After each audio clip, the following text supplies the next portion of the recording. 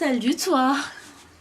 Alors, aujourd'hui, je voulais parler d'un truc très basique et très spécifique. C'est les tests de QI. On n'en a pas parlé ici. Voilà. C'est des questions que tout le monde se pose et auxquelles jamais personne ne répond. Et pourtant, c'est la base de la base de la base. Donc, on va parler de ça.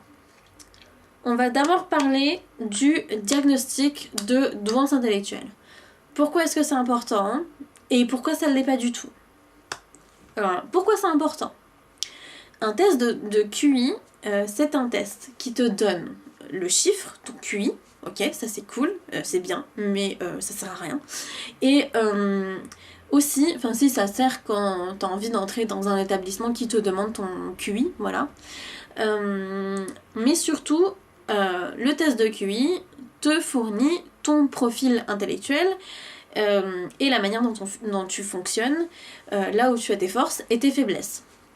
Donc si tu as un manque d'adaptabilité dans l'émotionnel, eh ben, tu vas pouvoir le rattraper en le disant à une personne qui est qualifiée, comme moi, qui suis spécialisée dans la prise en charge des hauts potentiels, ou comme Simone Lyon, ou comme un psychologue qui est spécialisé là-dedans.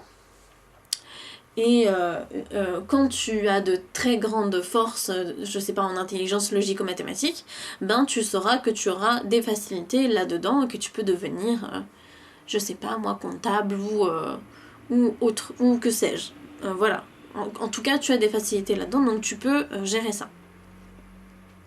Donc, le diagnostic, il est bien pour ça, pour se connaître mieux, pour gérer au mieux ses faiblesses et aussi pour connaître au mieux ses forces. Ça, c'est top. Pour ça, c'est hyper détaillé, c'est cool, c'est génial. C'est trop bien.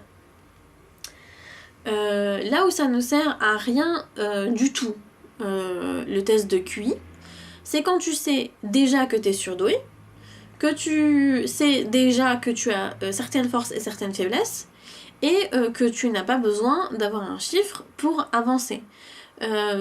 Si tu as besoin d'avoir cette certitude, parce qu'il y a beaucoup de gens qui sont dans l'errance diagnostique, qui se cherchent, qui ne savent pas comment faire, qui pensent qu'ils sont surdoués mais qui ne sont pas sûrs et du coup qui ont besoin de cette figure d'autorité qui est le psychologue ou le psychiatre pour... je crois qu'il n'y a que les psychologues qui peuvent donner les tests de QI. Ah non, je suis pas sûre parce que c'est une pédopsychiatre qui m'avait fait mon test. Donc oui, qui ont besoin d'une figure d'autorité comme le psychiatre ou le psychologue pour leur faire leur test de QI, pour leur dire qu'ils sont surdoués. Là, ok, c'est cool. Si tu n'as pas besoin de ça, que quelqu'un te le dise, que quelqu'un te le confirme, ça ne sert pas à grand chose. Voilà. Donc le test de QI, comment il se déroule? D'une part, encore une fois, comme j'ai dit, le test de QI, il peut être fait par un psychologue ou par un psychiatre. Il y a deux types de tests. Le premier, il s'appelle le WISC. Donc, c'est W-I-S-C, c'est comme ça que ça s'écrit. Donc, c'est en anglais, en gros, ça veut dire le test d'intelligence. L'échelle d'intelligence, donc l'échelle de Wechsler d'intelligence de l'enfant. C'est ça, pour enfants. C'est une échelle d'intelligence pour enfants. Donc c'est le test qu'on fait passer quand on est petit, quand on a 6 ans, par exemple, à partir de 6 ans, je crois que c'est 5 ans, 6 ans. Et quand on est un enfant, quoi. Je pense que ça doit être à partir de 15 ans qu'on est considéré comme un adulte. Je ne sais pas, je suis pas allée chercher le sujet. Et il y a un deuxième test qui s'appelle la WAIS, W-A-I-S, c'est ça. Donc c'est l'échelle d'intelligence de Wechsler pour les adultes, du coup. Voilà, les deux tests durent 3 heures et généralement, très souvent d'ailleurs, on ne te fait pas faire 3 heures de tests d'un coup.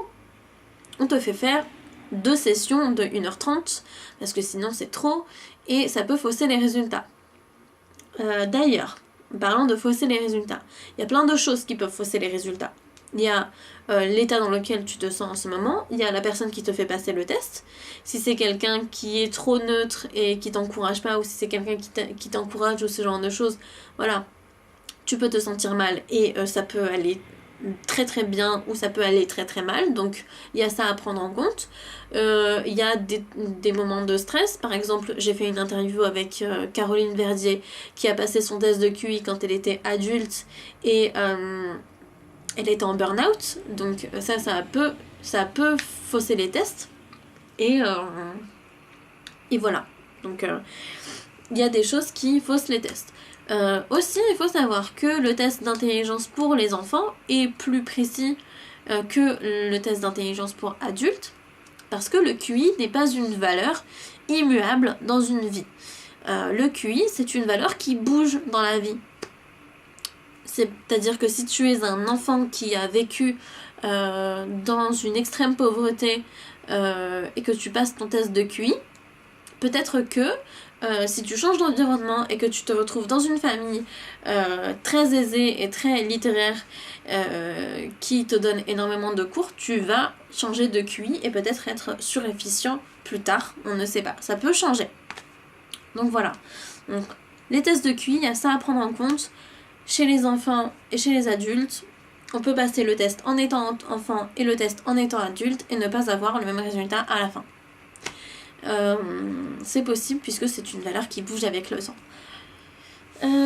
Ensuite, donc ça dure 3 heures, ça coûte généralement très cher, un test de QI, enfin très cher, ça dépend pour qui évidemment, mais ça coûte cher. Ça peut aller de 200 jusqu'à 500 €, 700 € un test de QI. Pourquoi ? Ça s'explique parce que le matériel en lui-même, le test, que ce soit le WISC ou la VICE, c'est 2 tests qui coûtent, le matériel coûte 100 000 € je crois, un truc comme ça, donc ça coûte assez cher. En plus de ça, faire passer le test, ça prend 3 heures. 3 heures de temps, c'est beaucoup. En plus des 3 heures, il faut interpréter les résultats. Interpréter les résultats, ça prend du temps. Donc ça aussi, ça coûte de l'argent. Et ensuite, on te fournit un dossier, un dossier d'interprétation des résultats, dans lequel tu as tout détaillé, et ça aussi ça prend du temps parce que non seulement on va te le donner, mais aussi on va te l'expliquer, et ça aussi ça prend du temps. Donc il y a ça à prendre en compte. Il y a aussi quelque chose à prendre en compte si jamais tu veux passer ton test de QI. C'est que l'organisme mondial de la douance intellectuelle qui s'appelle la MENSA, MENSA, propose aussi des tests de QI pour entrer dans la MENSA. Donc, d'une part, pour accéder à ce test de QI, il faut faire un test sur leur site internet, qui dure pas très très longtemps d'ailleurs, et qui est un peu tout pété, hein. C'est un test comme on trouverait comme sur Femina ou j'en sais rien, voilà. C'est pas un test de ouf. Suite à ce test, on peut te dire, je crois qu'il y a marqué, vous avez sûrement un QI au-dessus de 130, vous pouvez passer le test telle date à telle heure, machin, et ça vous coûtera, je crois que ça coûte 40 balles, un truc comme ça, c'est ridicule, mais voilà. Et ensuite on te fait passer un test. Je ne connais pas les conditions dans lesquelles ils font passer les tests, je ne sais pas qui fait passer les tests, je ne sais pas si y a autant... une aussi bonne interprétation des tests que chez un psychologue ou chez un psychiatre. Je ne sais rien de tout ça. Donc tout ce que je sais, c'est qu'il y a un test qui est disponible en ligne, qui te dit s'il est possible ou pas que tu sois au-dessus de 130, et une fois que ils pensent que tu es au-dessus de 130, et ben ils t'ouvrent les portes à leur test à eux. Et leur test, je sais pas ce qu'il vaut. Donc je me porterai pas garante de cette information, je ne me prononcerai pas non plus sur ce sujet-là, puisque de toute façon je n'en sais rien. Donc voilà. Ensuite, qu'est-ce que je voulais dire sur le sujet ? Donc, test de QI, interprétation des résultats. Une fois qu'on te donne ton dossier avec l'interprétation des résultats, certains psychologues te proposent une prise en charge et d'autres ne te proposent rien du tout. D'accord ? Hyper important. Parce que la prise en charge après le diagnostic, elle est super, super importante. C'était la semaine dernière. La semaine dernière, j'ai fait ma dernière séance de coaching avec l'un de mes clients qui à la base était venu pour une perte de poids. Sauf que on s'est rendu compte ensemble, et il s'est rendu compte, moi je l'avais pris en charge comme s'il était surdoué dès le début, parce que pour moi c'était tellement évident que voilà. Donc il a lu mes newsletters, il s'est reconnu dans plein de trucs, et il m'a dit: Tévi, est-ce que pour moi ça serait intéressant de faire le test? Je lui ai dit: écoute, si tu as l'argent, si tu as envie d'avoir un diagnostic, fais-le, mais sinon je vois pas l'intérêt. Il m'a dit, il a commencé à me parler de son enfance et de son adolescence, où il est allé dans beaucoup d'établissements hospitaliers, où il a fait, je crois qu'il a fait un établissement hospitalier, et il a été pris en charge par beaucoup de psychologues qui n'ont jamais, alors que maintenant il a la trentaine, qui n'ont jamais prononcé de diagnostic de douance intellectuelle. Déjà ça, je trouve ça inadmissible. Mais après, bon, chacun peut se tromper, hein. Mais chez lui, c'est vraiment évident, quoi. Donc, déjà, voilà. Bref, tout ça. Et l'un de mes arguments, et vous allez trouver ça peut-être assez drôle ou assez absurde, mais voilà, le surdoué ne sait pas faire des tâches simples. Et l'un des arguments que je donne souvent, c'est que le surdoué, typiquement, il sait pas se brosser les dents régulièrement, parce que c'est un truc tellement simple qu'il n'y arrive pas. Et il s'est tellement bien reconnu dans cet argument que on a raccroché ensemble, et la semaine d'après, on devait avoir notre dernière séance ensemble. Là, je vous parle de l'avant-dernière séance, pas la dernière séance qu'on a eue ensemble. Donc pendant cette avant-dernière séance, on a parlé de cette douance intellectuelle, on a raccroché, et ensuite, il a eu une rage de dents terrible. Et il a dû aller chez le médecin, chez le dentiste d'urgence. Et c'est une décompensation. Une décompensation, c'est un moment où un trouble se déclare. Voilà, ça c'est la décompensation. C'est une décompensation qui a l'air mais tellement bête, triviale comme ça, mais ça fait tellement sens quand on se dit qu'on a parlé juste avant de douance intellectuelle et du fait que il arrivait pas à se brosser les dents à cause de ça. Ça fait tellement sens quand on regarde ça comme ça que je trouve ça fou.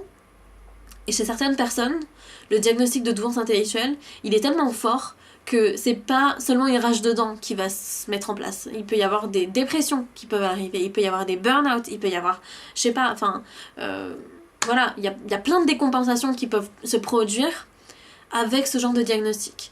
Pourquoi ? Parce que la douance intellectuelle, ça occasionne énormément de souffrance. Il y a beaucoup de marginalisation autour de la douance intellectuelle. On se sent seul, on se sent incompris. On a l'impression que on n'est pas intelligent, et en même temps tout le monde nous dit le contraire. On a l'impression que tout le monde est bête, et on se sent seul, alors qu'en fait c'est nous qui sommes intelligents, et c'est à nous souvent d'atteindre le monde pour qu'il nous comprenne. Donc ce diagnostic, il peut être hyper libérateur. Genre, j'ai enfin compris pourquoi j'étais comme ça, oui, génial. Et en même temps, il peut être source d'une angoisse terrible. Et c'est pour ça que suite à un test de QI, la prise en charge, elle est super, super, super importante. Et quelle que soit votre décision, que ça soit d'avoir un diagnostic clair et de faire un test de QI ou de pas en faire du tout, être pris en charge, c'est hyper important. Pourquoi ? Parce que on a un fonctionnement qui est tellement complexe et tellement peu adapté à la société d'aujourd'hui que c'est presque... Pour certains, c'est presque dangereux, en fait, de continuer à évoluer dans une société où on ne sait pas évoluer seul. Donc c'est pour ça que je trouve ça tellement primordial de trouver les bonnes solutions, de trouver les bonnes personnes, de trouver voilà, les bonnes choses, les bonnes techniques pour arriver à évoluer dans cette société. Et aussi à s'épanouir, parce que c'est pas tout de savoir qu'on est surdoué, mais il faut surtout savoir l'exprimer correctement, et il faut savoir l'utiliser correctement aussi. Donc voilà, moi je pense que au-delà du test de QI, l'important vraiment c'est d'être accompagné. Qu'on ait un diagnostic ou pas, l'important vraiment c'est de trouver les bonnes solutions et de trouver les solutions qui nous conviennent. Et souvent ça passe par l'accompagnement. Souvent, très très souvent. Que ce soit l'accompagnement avec un coach, avec un psy, avec un psychiatre, avec un proche, avec voilà. Tout ça, c'est vraiment mais primordial de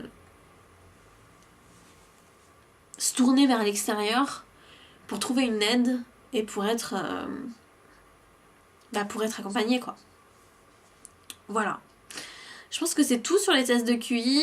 J'espère que c'était pas trop brouillon et que tout le monde a réussi à comprendre. Si vraiment tu as des questions, ose les poser en commentaire. J'y répondrai, mais vraiment du mieux que je peux avec les informations que j'ai. Si tu te retrouves dans cette ambivalence entre est-ce que je dois faire un test de QI ou pas du tout, je te propose réellement de me contacter pour que on voit ensemble si je peux t'aider ou pas, ou si je peux répondre à tes questions. En tout cas, tous les liens sont dans la description. Et puis voilà. Allez, bisous.